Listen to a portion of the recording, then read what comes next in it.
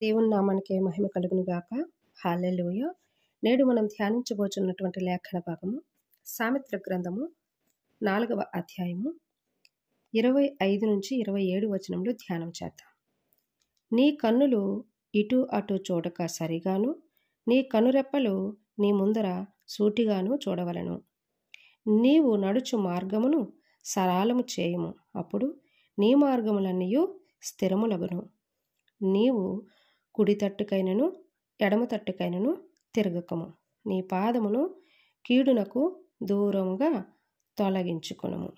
ఈ మాటల్లో ఉన్నటువంటి కొన్ని అర్థాలను, భావాన్ని పరిశీలన చేసుకుంటూ ధ్యానంలోనికి వెళదాం. కన్నులు అనగా కళ్ళు, దృష్టి, మనస్సు కేంద్రీకరించటము. సరిగాను అంటే న్యాయంగా, సరిగ్గా, సత్య మార్గములో చూపటం అంటే దృష్టి పెట్టటము. కనురెప్పలు అంటే దృష్టి కేంద్రీకరించటము. ముందు అంటే ఎదుట, ముందర, ప్రత్యక్షంగా. కాళ్ళు అనగా పాదాలు, నడక, జీవన విధానం అన్నమాట, జీవన పయనం. మార్గము అనగా దారి, జీవన విధానము. స్థిరమగటం అంటే స్థాపించబడటము, నిశ్చలమైనటువంటిది. కుడితట్టు, ఎడమతట్టు. కుడితట్టు ఆశీర్వాదము, అలాగే శక్తిమయము. ఎడమతట్టు అంటే ఎడమవైపు లేదా ఇతర మార్గము, బలహీనమైనటువంటి మార్గము. తిరగకము అంటే వేరవద్దు, దూరం అవ్వద్దు. పాదము అనంటే అడుగు, నడక. కీడు అనగా చెడు, పాపము, దుష్టత్వము, హాని.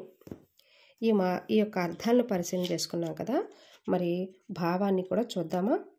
భావం చూసుకున్నట్లయితే, మన కళ్ళను సత్య మార్గం వైపు నిలిపి మన దారిని పరిశీలించుకుంటూ పాపపు దారుల నుండి పూర్తిగా దూరం అవుతూ, అంటే దూరంగా నడవమని వాక్యము హెచ్చరిస్తుంది.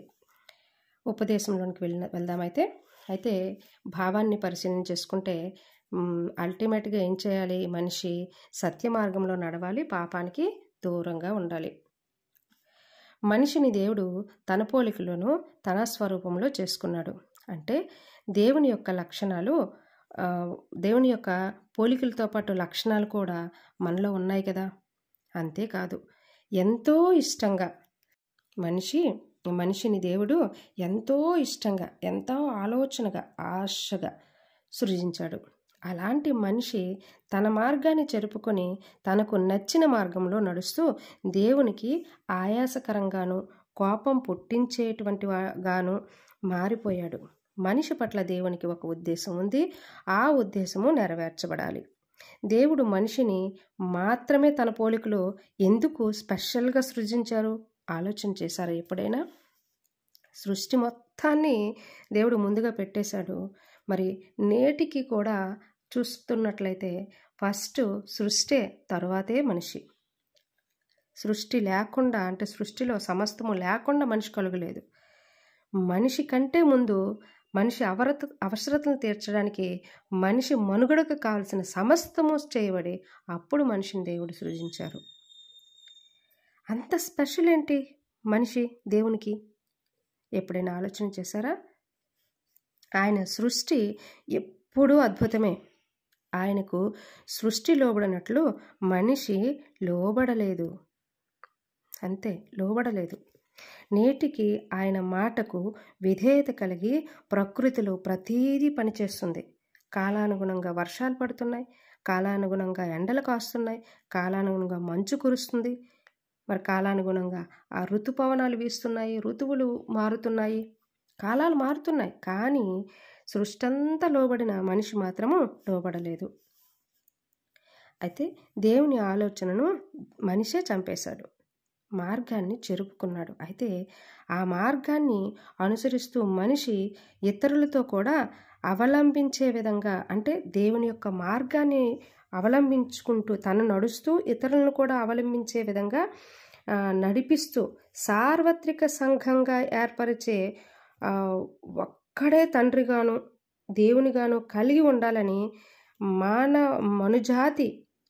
మనుజాతిని పవిత్రకరమైన మార్గం గుండా జీవితాలు కట్టబడి ఆత్మలో మరణం లేదు. ఆత్మకు మరణం ఉందా? మరణం లేదు కదా! కాబట్టి ఆ ఆత్మలో దేవునితో కలిసి బ్రతకాలి. ఆత్మలో ఏం చేయాలి? దేవునితో కలిసి బ్రతకాలి. అంటే ఇంకొక జీవనము విధానం ఉంది. ఆ విధానము శరీరంతో వెళ్ళలేం కాబట్టి ఆత్మ ద్వారా దేవుని యొక్క ఆత్మ శరీరం ధరించుకొని, మహిమ శరీరం ధరించుకొని దేవునితో కలిసి బ్రతకాలని దేవుడు ఏర్పరిచిన మార్గాలు పాటించాలి. అలా వెళ్ళాలి అనంటే పాటించాలి. అలా పాటించాలి అంటే భూమి మీద ఆ మార్గాలు గుర్తెరిగే వారిని దేవుడు ముందుగా రేపుతాడు, లేపుతాడు. వారి ద్వారా అనేకులు రక్షింపబడేలాగా పని చేయిస్తాడనమాట. ఎవరి సామర్థ్యం కొలది వారికి పరీక్షలు ఉంటాయి. అంటే పరీక్షింపబడతారు. అంతము వరకు సహించాలి కదా! మరి ఒట్టి గింజలు ఎగిరిపోయినట్లు ప్రతి ఒక్కరు కూడా ఎగిరిపోకూడదు కదా! అందుకే లోకానుసరమైనటువంటి ఆశల చేత కానీ, కోరికల చేత కానీ ఎవరి జీవితాలైనా కట్టాలి అనుకుంటే వాళ్ళు పొట్టు వలె సమస్య వచ్చినప్పుడు ఎగిరిపోతారు. అందుకే దేవుడు పరీక్షలు అనేవి పెడతా ఉంటాడు ప్రతి మనిషికి. మనిషి చివరి వరకు కూడా నిలవబడాలని, మనిషి శ్రేయస్కరం కొరకే. అయితే ఏ మనిషిని దేవుడు ఎంచుకున్నాడో ఆ మనిషిలో ముందు పరీక్షలు పెట్టి ఆ మనిషిని గట్టిగా నిలబెడతాడు. ఎందుకు అనంటే బలమైన రుజువులతో ఆ మనిషిని నిలబెడతాడు.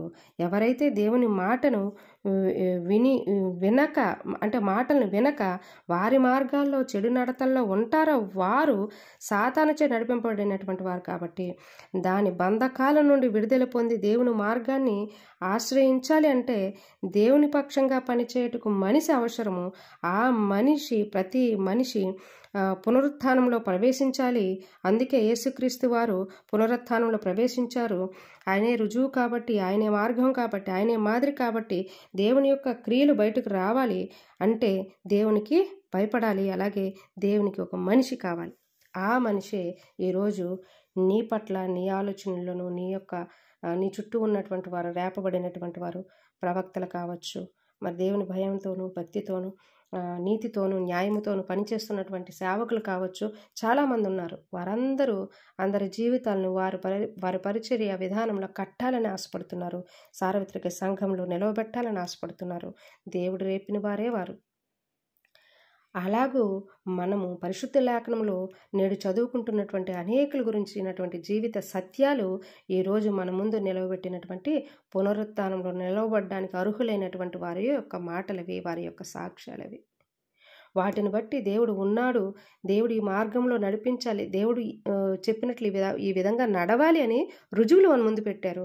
ఆ రుజువులు గుండా మనం నడవాలి అనేదే వాక్యంలో ఉన్నటువంటి తాత్పర్యము. ఆ యొక్క పద్ధతుల గుండా నడవాలి. నడిస్తేనే దేవుని యొక్క మార్గంలోనికి నడిపించబడతాము. దేవుని యొక్క ఆశయాన్ని నెరవేరుస్తామన్నమాట. ప్రతి మనిషి పట్ల దేవునికి ఉద్దేశం ఉంది. ప్రతి మనిషి పట్ల దేవునికి ఒక ఆలోచన ఉంది.